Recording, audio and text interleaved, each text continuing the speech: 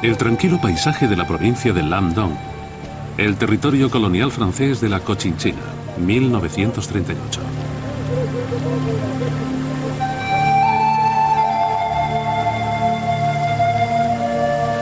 Cochinchina formaba parte del Imperio francés en Oriente, una colonia que llamaban Indochina.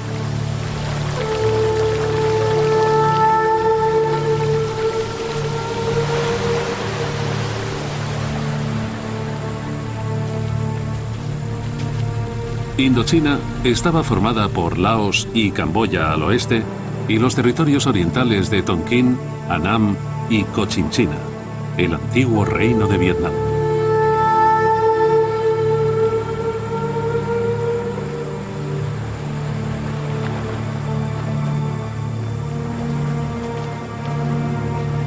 Ferozmente independientes, tras resistir con éxito invasiones de China durante siglos, los pueblos nativos habían estado viviendo bajo gobierno francés durante más de 50 años.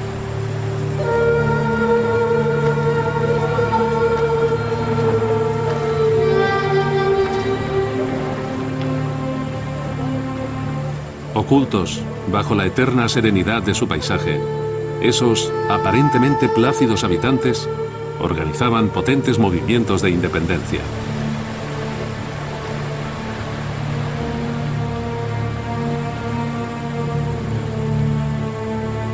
Seguirían casi 40 años de lucha desesperada y terribles sufrimientos.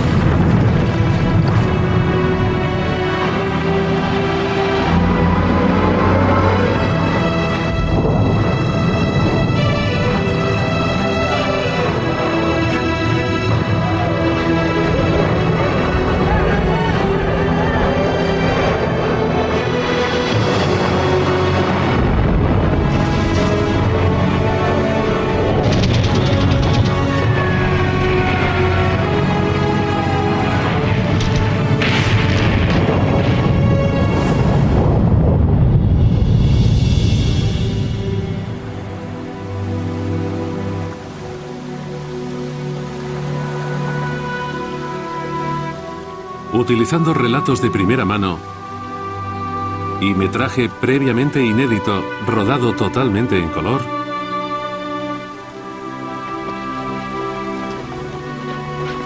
esta es su historia.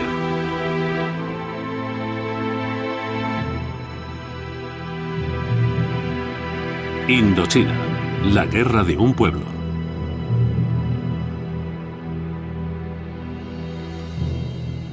Episodio 1.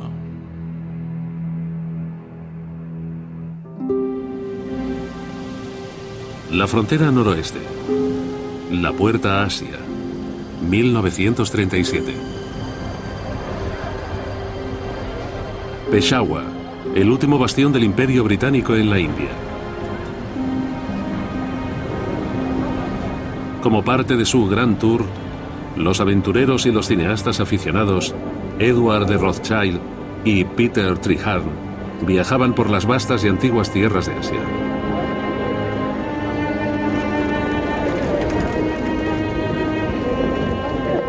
Grabaron estas imágenes únicas hace más de 70 años en películas de 16 milímetros.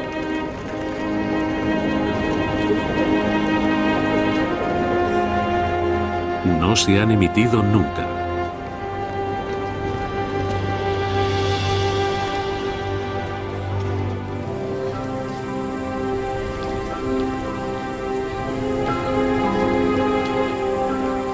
En los años 30, con la excepción del reino de Siam, actualmente Tailandia, los millones de habitantes del sur y el sudeste asiático, con su miríada de culturas y su rico patrimonio, estaban gobernados por las potencias occidentales.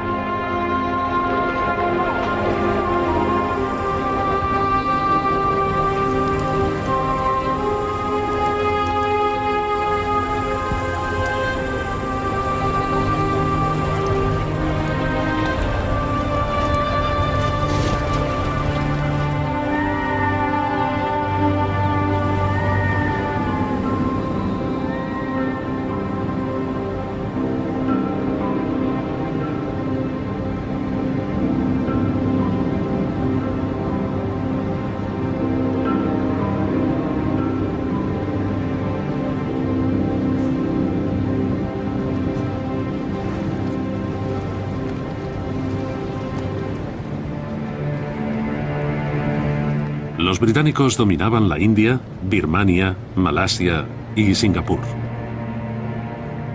Estados Unidos gobernaba las Filipinas. Los holandeses tenían las Antillas y los franceses Indochina.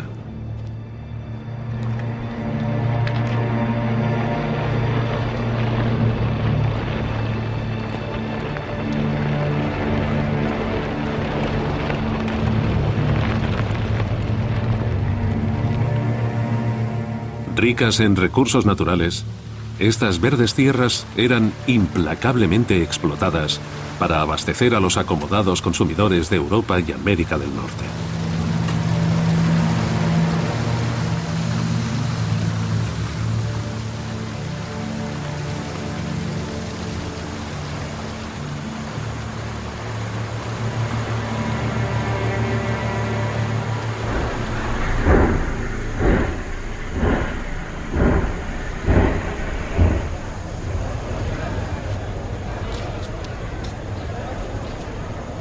Sin embargo, salvo unos pocos escogidos, los habitantes de la zona recibían pocas recompensas.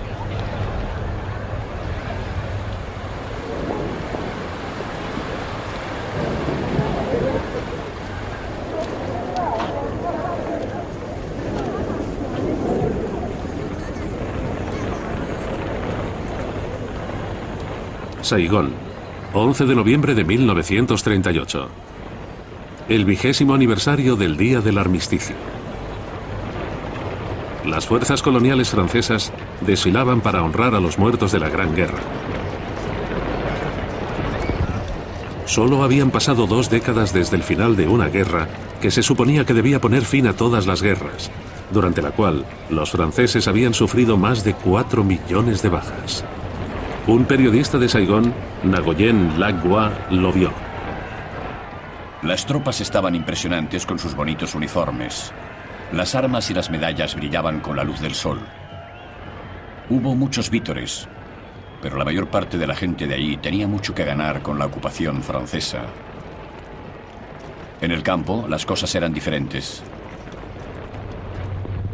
En menos de un año, el mundo se vería nuevamente inmerso en un conflicto global. Nos dijeron que la guerra iba a estallar en Europa. Esperábamos que significara que los franceses nos dejarían en paz.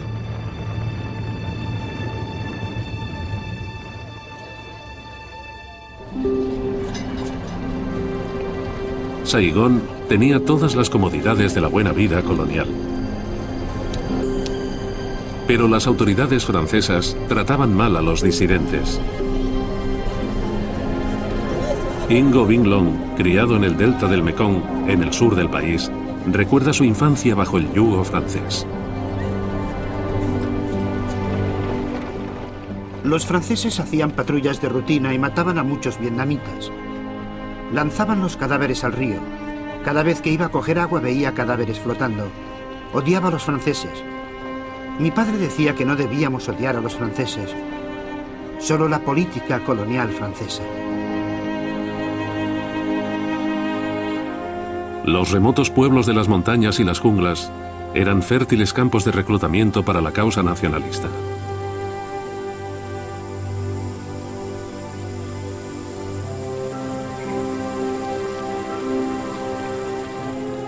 El padre de Long fue muy activo en la lucha. Mi padre era muy idealista. Cedió la mayor parte de sus tierras a los campesinos de su pueblo en el norte y se mudó al delta del Mekong para trabajar como maestro. Los franceses le torturaron muchísimo. Le golpearon la cabeza y le rompieron las costillas, perforándole los pulmones. Los médicos dijeron que solo le quedaba una semana de vida, pero se negó a morir.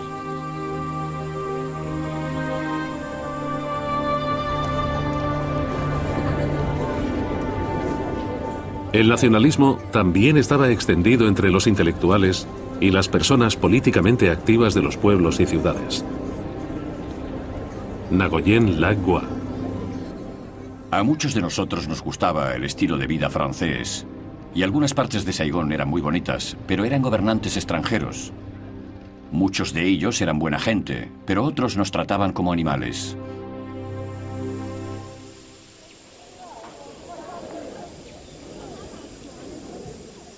Fort Poplek, una fortificación francesa del distrito de Créteil, en el sudeste de Camboya, 1938. Se había construido para mantener controlados a los locales, una tribu a la que los franceses llamaban los salvajes Moi.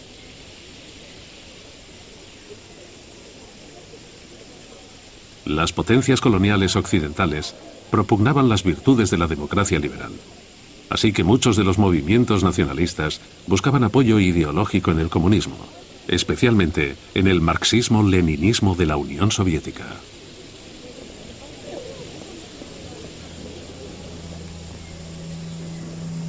El líder del Partido Comunista de Indochina era un exiliado vietnamita de 48 años. Se llamaba Ho Chi Minh. El documentalista soviético Roman Karmen les filmó a él y a sus partidarios en 1954.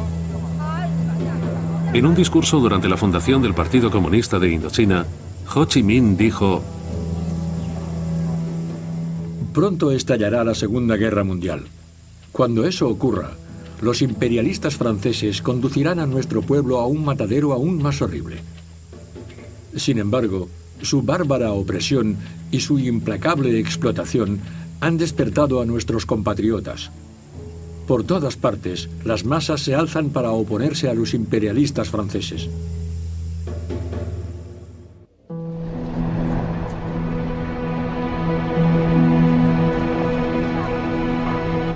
Las Antillas Orientales Holandesas, 31 de agosto de 1941. Los soldados y los marineros holandeses se relajaban en los cafés de Batavia, la sofisticada capital de Java.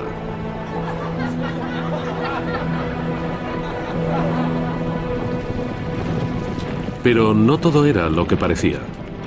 Las tropas holandesas desfilaban desafiantes, pese a que su patria había caído ante el ejército alemán. Los nazis arrasaban Europa.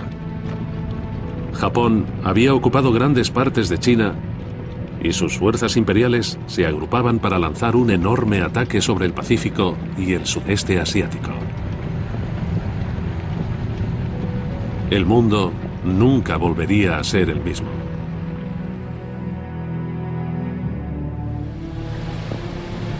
En otoño de 1941, Francia estaba bajo el control del gobierno de Vichy, que había firmado un acuerdo con el aliado de Japón, Adolf Hitler. Tras algunas diferencias iniciales, las autoridades francesas de Indochina accedieron a permitir que el ejército japonés se moviese libremente por la colonia. La gente de Indochina pasó a tener dos amos: la Francia de Vichy y el Japón imperial. Ho Chi Minh. Los franceses inclinan la cabeza y se arrodillan sin vergüenza, sin una sola palabra de protesta. En consecuencia, nuestro pueblo sufre una doble carga. No son solo los búfalos y los caballos de los invasores franceses, sino también de los japoneses. ¿Qué pecado ha cometido nuestro pueblo para merecer este castigo? Mientras las autoridades francesas pro-Vichy administraban Indochina bajo la atenta mirada del ejército japonés, Ho Chi Minh y un pequeño grupo de compañeros revolucionarios montaban un campamento en una remota región junto a la frontera vietnamita con China. Uno de ellos era un intelectual de 29 años, Bo Nguyen Giap. Cuando estábamos en Cuelin, el tío Ho se acercó y comentó con nosotros los preparativos para la tarea que nos esperaba al regresar a nuestro país. Dijo: en la situación actual, la seguridad nacional es lo más importante. Debemos organizar un gran frente nacional. Podríamos llamarlo la Liga por la Independencia Vietnamita. Pero es un nombre muy largo.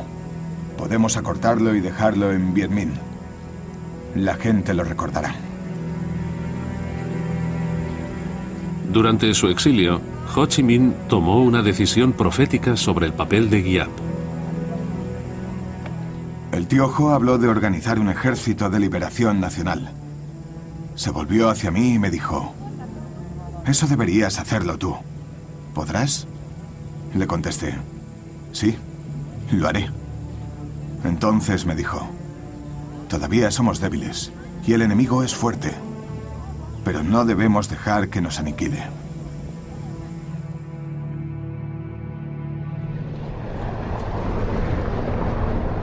En 1942, tras el ataque japonés a Pearl Harbor, las únicas partes de Asia y el Pacífico que no estaban bajo control japonés eran el bastión británico de la India y el territorio chino controlado por los nacionalistas chinos anticomunistas de Chiang Kai-shek.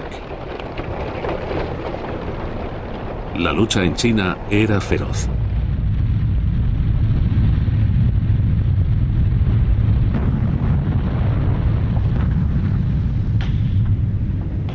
El 13 de agosto de 1942. Chungking, China Central. Un bombardeo diurno de la Fuerza Aérea Japonesa.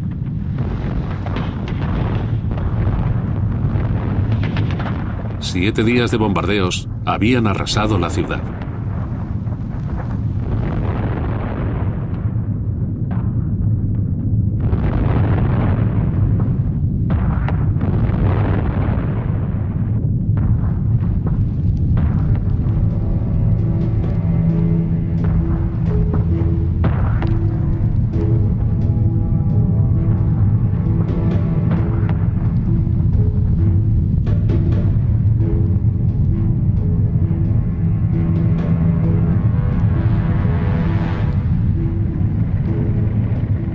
Birmania se había convertido en el campo de batalla crucial del continente asiático. Si los aliados podían recuperar las líneas de suministro entre la India y la China nacionalista, los japoneses tendrían que desviar las tropas y el material lejos de la Guerra del Pacífico.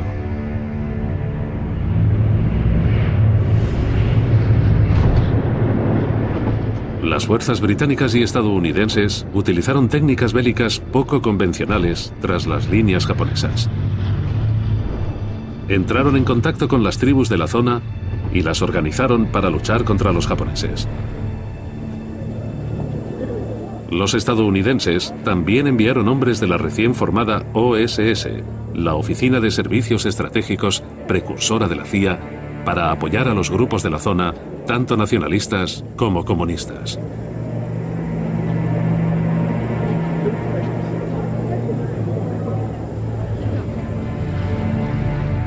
A cambio de información, un grupo de la OSS, cuyo nombre en código era el Equipo del Ciervo, proporcionó al Viet Minh de Ho Chi Minh armas y entrenamiento. Ho Chi Minh.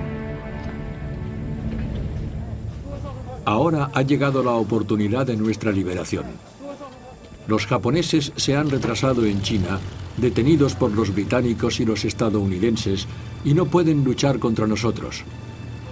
Si nuestra gente está unida, aplastaremos los ejércitos de Francia y Alemania. Compatriotas, alzaos para luchar contra los franceses y los japoneses.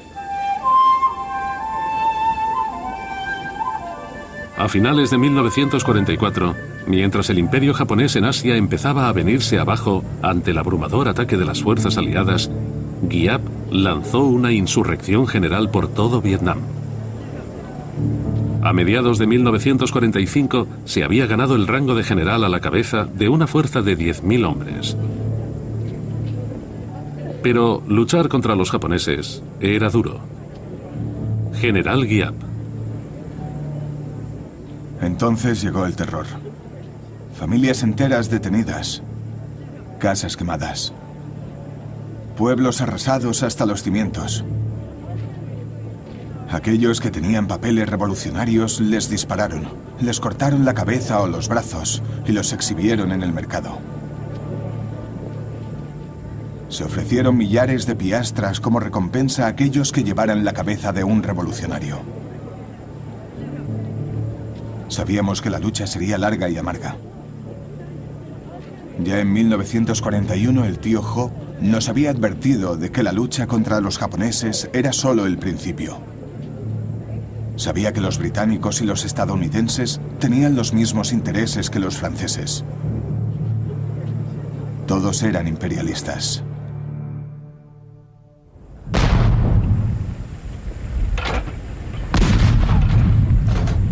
Un campo de entrenamiento de la OSS en Birmania hacia el final de la guerra.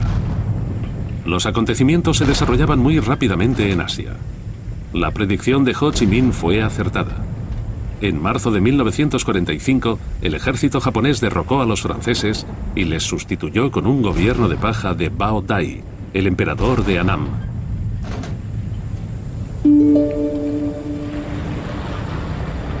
...25 de agosto, Rangún, Birmania. El teniente general Takata Numata llegó de Saigón para ofrecer la rendición del ejército japonés del sur a los aliados, siguiendo las órdenes del emperador Hirohito de que Japón soportara lo insoportable y aceptara la derrota. Ho Chi Minh. Esto es un gran avance en la lucha que nuestro pueblo ha liberado durante casi un siglo. El Comité de Liberación Nacional es ahora nuestro gobierno provisional. Debemos unirnos a él y asegurarnos de que sus órdenes y sus políticas se llevan a cabo en todo el país.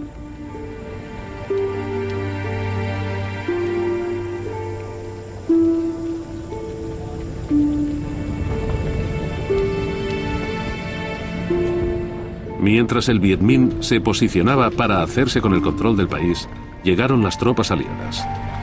Los nacionalistas chinos en el norte y los británicos en el sur. Saigón, 6 de septiembre. Los prisioneros de guerra aliados y los prisioneros franceses fueron liberados por los británicos.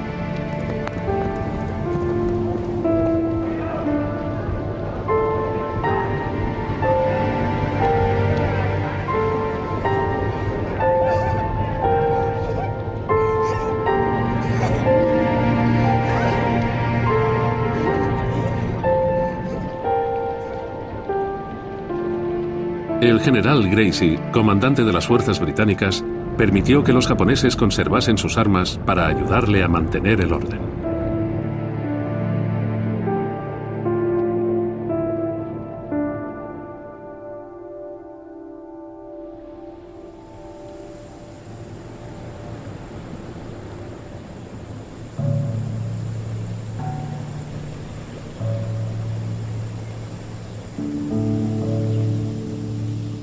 Con un gobierno revolucionario al mando de muchas partes del país, empezaron las represalias contra aquellos sospechosos de haber colaborado con los franceses y los japoneses.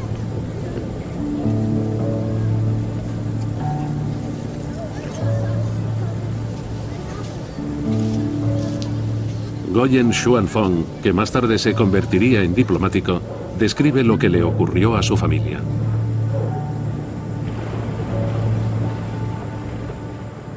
Detuvieron a todos los terratenientes, a cualquiera que hubiera tenido algún cargo bajo el gobierno francés. Mi abuelo fue a la cárcel porque era jefe de un poblado. Por suerte, mi tío había ido a la escuela con el líder del Viet Minh y fue a verle. Le dijo: ¿por qué has metido a mi padre en la cárcel? Es inofensivo, no ha hecho nada cruel. Así que le liberaron después de unos días. El abuelo de Phong fue uno de los afortunados. Muchos murieron porque el Viet Minh se ocupaba implacablemente de aquellos a los que tildaba de colaboradores. Por primera vez, los vietnamitas luchaban contra los vietnamitas. La independencia fue fugaz. En unos meses, con apoyo de los británicos y los estadounidenses, las fuerzas francesas regresaron y tomaron el control en el sur, mientras desarmaban al Viet Minh.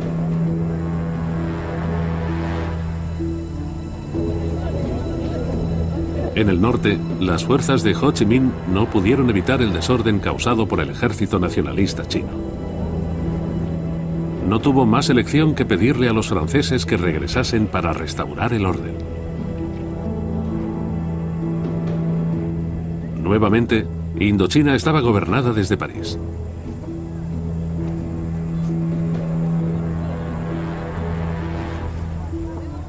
Aunque los estadounidenses sentían simpatía por la causa del nacionalismo vietnamita, la grieta ideológica posterior a la guerra entre las democracias occidentales y el comunismo de la Unión Soviética condenó al fracaso el gobierno revolucionario de Ho Chi Minh. El Viet Minh se disolvió en el paisaje y la situación se deterioró rápidamente, precipitándose hacia lo que se llamaría la Primera Guerra de Indochina. General Giap. Por un lado, está el ejército profesional de una vieja potencia imperial, con todo tipo de armas modernas, aviones, acorazados, artillería y ametralladoras.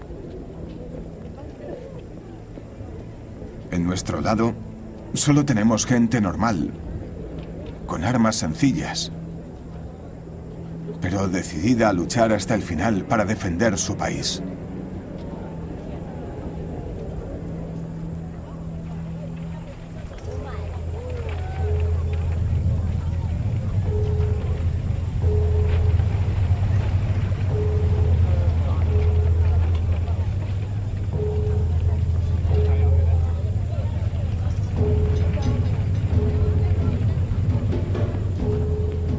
Aparentemente, la vida colonial empezó a ser similar a la comodidad de antes de la guerra para los residentes franceses. Pero para muchos jóvenes vietnamitas, empezaba a dibujarse una escueta elección. Nguyen Xuan Phong vivía en Saigón. Queríamos quitarnos de encima el gobierno francés. Disfrutábamos el estilo de vida que nos ofrecían, pero no nos gustaba tenerles por encima. A finales de los años 40 había una agitación en las escuelas vietnamitas.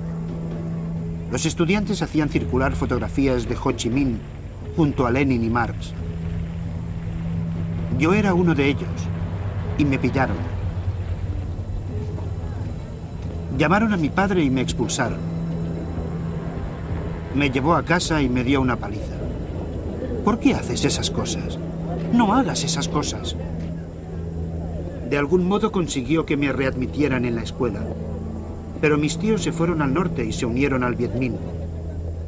Se quedaron allí, pero se mantuvieron en contacto con la familia. Ellos estaban allí, pero nosotros estábamos en el sur. Así que cada uno tenía su propio estilo de vida. La mayor parte de nosotros no escogimos conscientemente.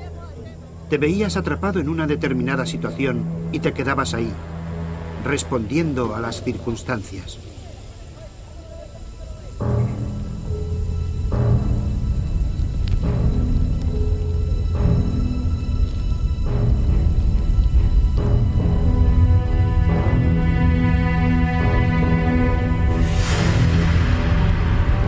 Aunque las tácticas de Giap fueron erosionando gradualmente el control francés del campo, sus armas seguían siendo de una potencia aterradora.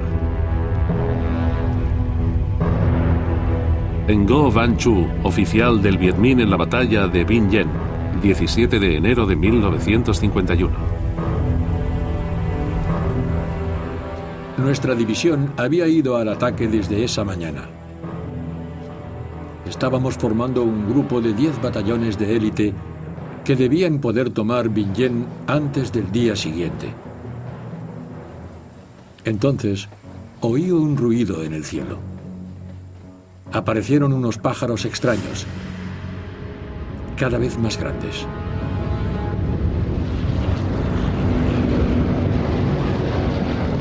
Aviones. Ordené a mis hombres que se pusieran a cubierto de las ametralladoras y las bombas, pero los aviones se acercaron sin disparar. Entonces, el infierno se abrió ante mis ojos. Unos contenedores grandes, con forma de huevo, cayeron de los aviones y unos enormes muros de fuego se extendieron durante centenares de metros, causando el terror entre las filas de mis soldados. Era napalm, el fuego que cae del cielo.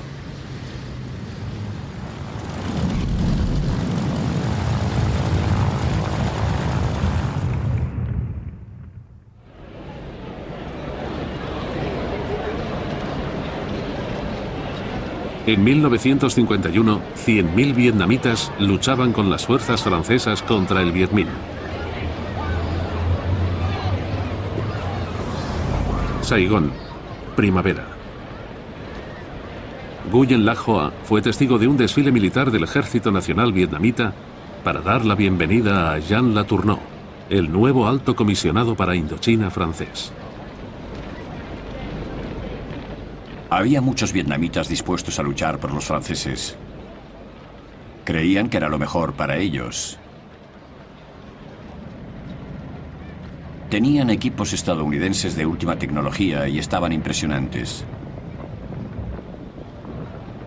Pero no sé si habrían luchado contra otros vietnamitas en una batalla a gran escala. El ejército vietnamita formaba parte de un grupo de fuerzas francesas que incluía a los legionarios, los paracaidistas, más de 40.000 tropas africanas y norafricanas y casi 20.000 oficiales franceses.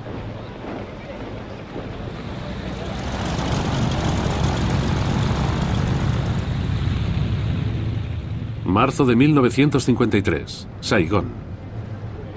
El mariscal de Francia, Alphonse Johan, y el comandante de las fuerzas francesas en Indochina, Raoul Salan, recibieron al general estadounidense Mark Clark, comandante supremo de las Naciones Unidas en Asia Oriental. También estaba presente el jefe del ejército vietnamita, Nguyen Van Hinh. General Giap. Los franceses se están rindiendo ante los estadounidenses y utilizando su dinero y su equipo para establecer los ejércitos nacionales. Así que Francia le está entregando Indochina a Estados Unidos.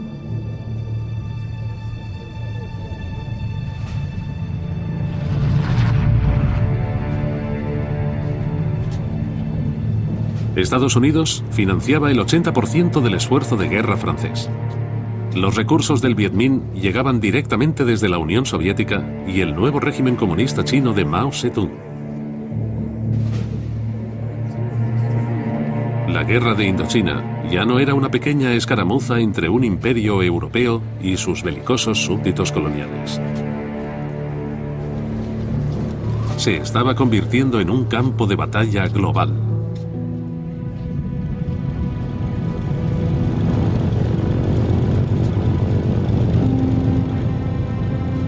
En mayo de 1953, los franceses sustituyeron al general Salan por el general Henri Huguen Navarre.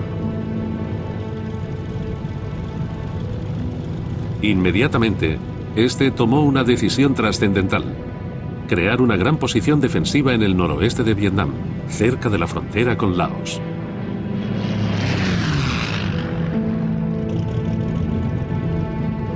Escogió un pequeño asentamiento en las rutas estratégicas entre China, Laos y Vietnam, ocupado por la tribu de los Tai, que seguían fieles a los franceses.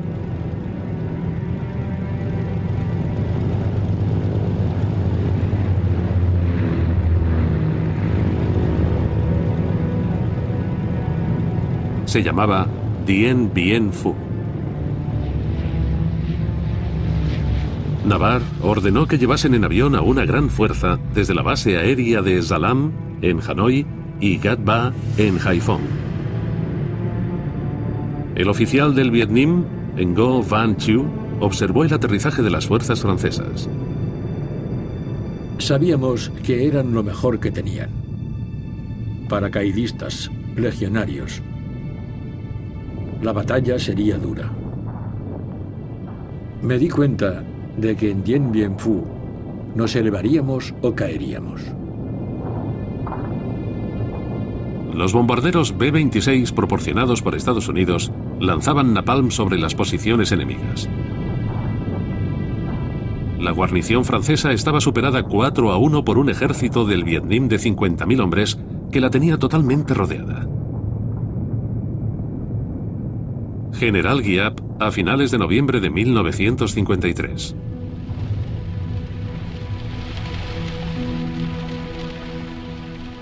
Nuestros exploradores en Dien Bien Phu nos envían informes diarios. El enemigo está lanzando armas, soldados y alambre de espinas en paracaídas. Están reparando laboriosamente la vieja pista aérea japonesa. Los generales franceses han anunciado: esto no es un ataque. Hemos tomado este lugar y pretendemos quedarnos. Que así sea.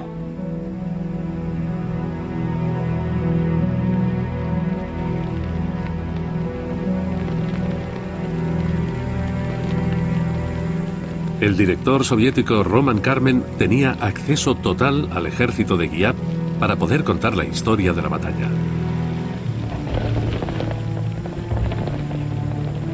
Los franceses habían cometido un grave error.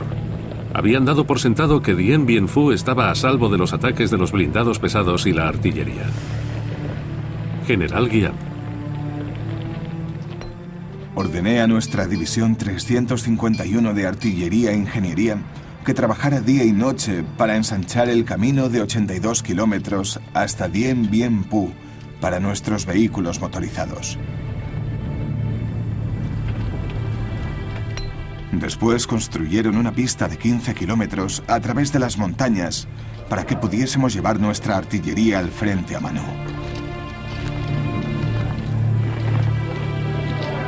Los franceses nombraron al coronel Christian de Castries comandante de Dien Bien Phu. La batalla que los excombatientes recordarían como 55 días de infierno pronto comenzaría.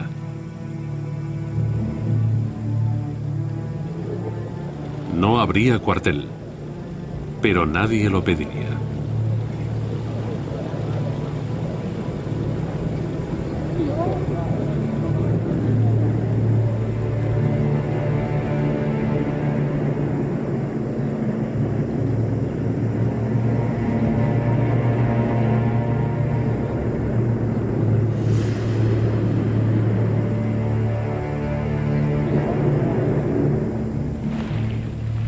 Cao Xuan Nguyen, oficial del Viet Minh.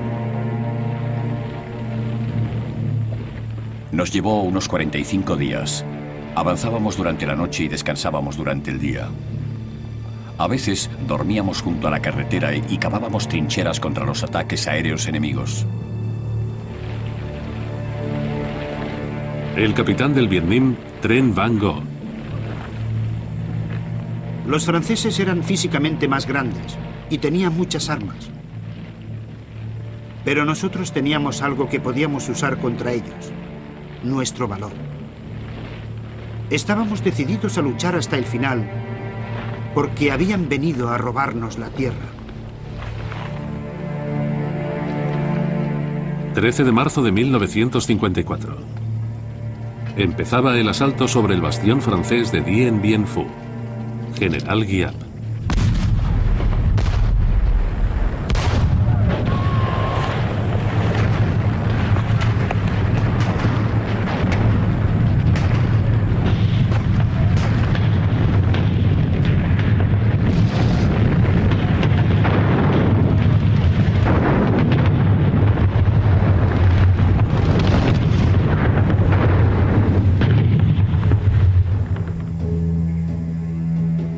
Los franceses no pudieron repeler la amenaza contra su campo aéreo. Su defensa a puercoespín había perdido un elemento vital: su fuerza aérea. Solo podían reforzar sus unidades con paracaidistas y no podían evacuar a los heridos. Su campamento solo tenía 40 camas en la unidad médica y ya tenían centenares de heridos. Fue una pesadilla para el mando francés. Entre terribles escenas que recordaban a la guerra de trincheras y a los enormes ataques de infantería de la Primera Guerra Mundial, el número de muertos fue aumentando.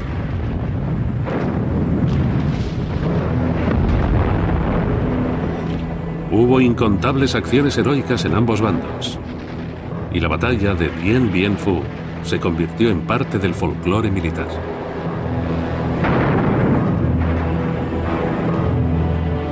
También se convirtió en una gloriosa victoria para el Viet Minh y en una vergonzosa derrota para los franceses. La resistencia francesa terminó el 7 de mayo. Guiap ordenó un ataque de infantería a gran escala.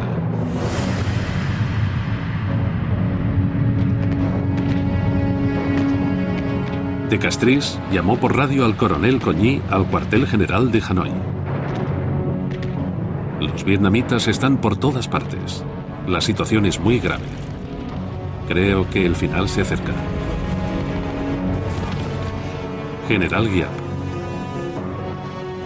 Esta noche atacaremos el Ojo del Puercoespín y acabaremos con él.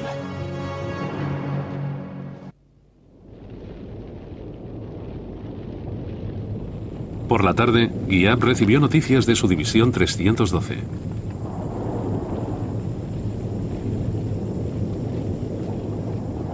Todos los soldados enemigos en el puerto de mando se han rendido. Hemos detenido a De Castries. De repente, todo el mundo en el cuartel general empezó a gritar, a aplaudir y a abrazarse. Saltaban de alegría como niños. Algunos lloraban, otros se quedaron con la boca abierta. Algunos empalidecieron por la conmoción.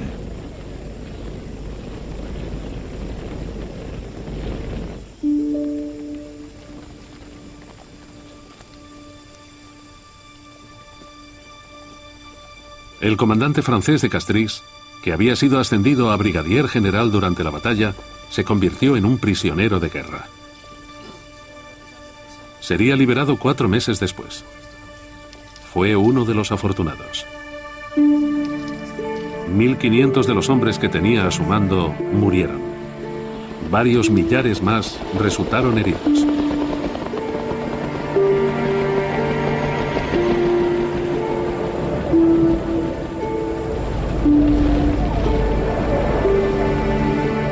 La Cruz Roja evacuó a unos afortunados centenares de prisioneros de los 10.000 del Viet Minh.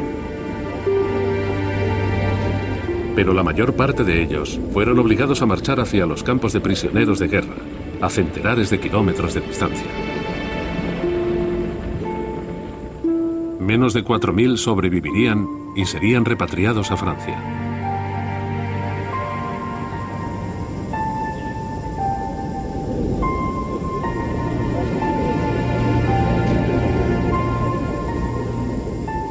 Las bajas del Viet Minh fueron 15.000 heridos y 8.000 muertos.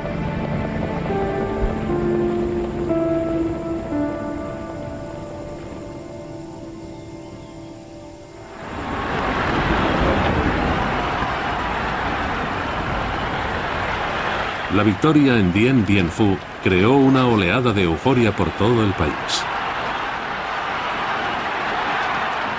Ngo Cam Bu, funcionaria de la administración civil.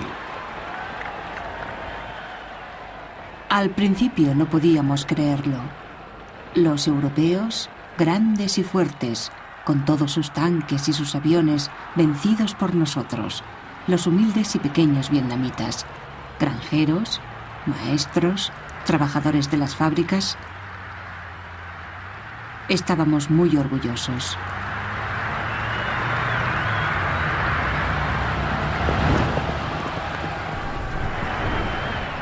Con la bandera roja de la revolución ondeando orgullosa para señalar la victoria del Viet Minh, las preocupaciones occidentales sobre el avance del comunismo se vieron reforzadas, especialmente después de la Guerra de Corea. General Guiap. El éxito de la revolución en China había creado un equilibrio de poder entre Oriente y Occidente.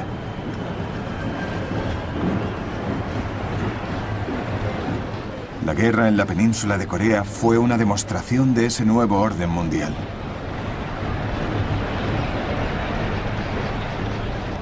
Hasta entonces, nuestra guerra seguía siendo una batalla entre los pueblos de Indochina y Francia. Los Estados Unidos estaban decididos a sustituir a Francia en Indochina, pero la situación no permitió que los estadounidenses se metieran directamente en la guerra. Si lo hacían, podía haber una segunda guerra de Corea en la que no tenían garantías de victoria y no sería fácil para ellos conseguir aliados, exhaustos tras la guerra coreana.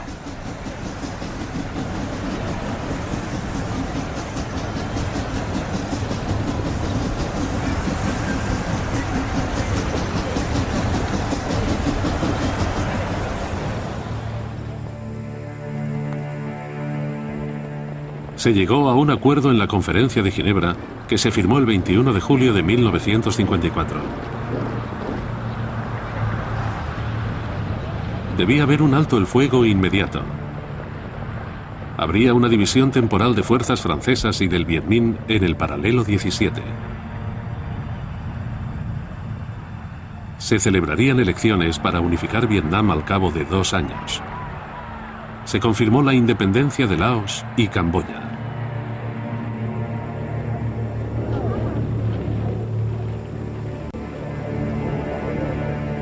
Tras décadas de gobierno colonial, los franceses abandonaron Indochina.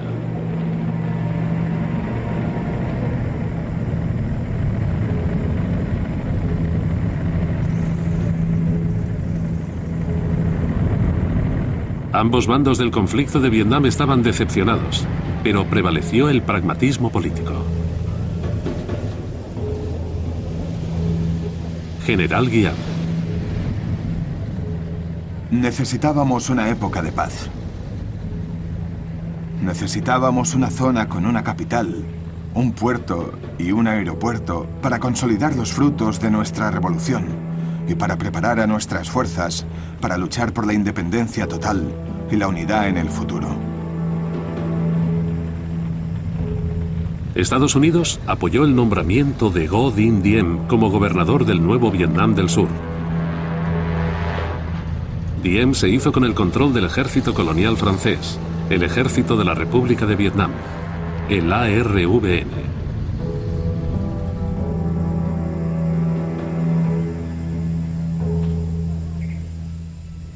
El 22 de julio de 1954, Ho Chi Minh habló para la República Democrática de Vietnam, la nueva nación que había al norte del paralelo 17.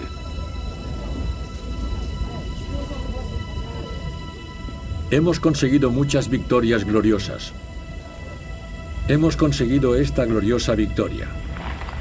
El gobierno francés ha reconocido la soberanía de nuestra nación y sus tropas se marcharán de nuestro país. A partir de ahora, debemos concentrar todos nuestros esfuerzos en la lucha para conseguir la unidad y la independencia completa de todo nuestro país.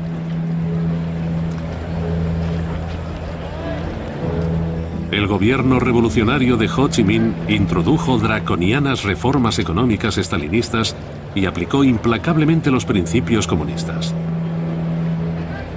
Movilizaron a la gente con enormes programas de reconstrucción. Nguyen Lach Hoa, periodista de Saigón.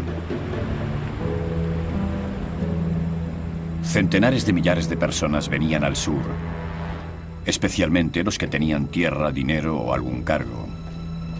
La mayor parte de la población católica se marchó también.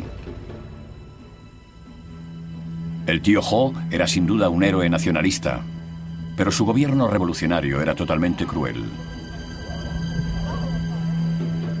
Cualquiera que se opusiera a él era reeducado,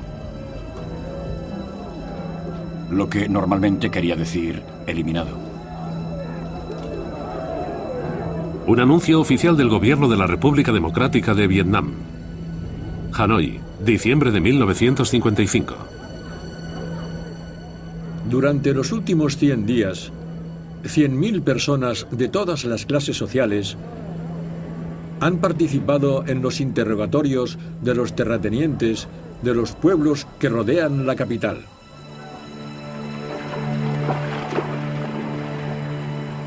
El sur también sufría agitación social y violencia generalizadas.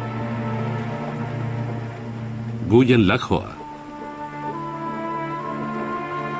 En el sur teníamos nuestros propios problemas: violencia de las diferentes religiones y crimen organizado. Pero Diem se deshizo de todo. Se deshizo del emperador Bao Dai y se nombró a sí mismo jefe de Estado. Con ayuda de los estadounidenses impuso su régimen en el sur.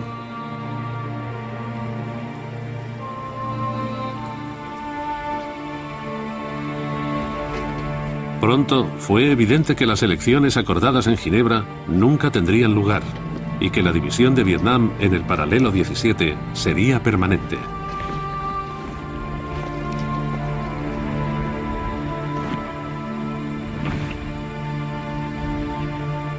Un bastión del comunismo, aliado de la Unión Soviética y China, observaba desde el norte a un lado de la frontera. En el sur, un baluarte de Occidente, apoyado por los Estados Unidos, le devolvía la mirada.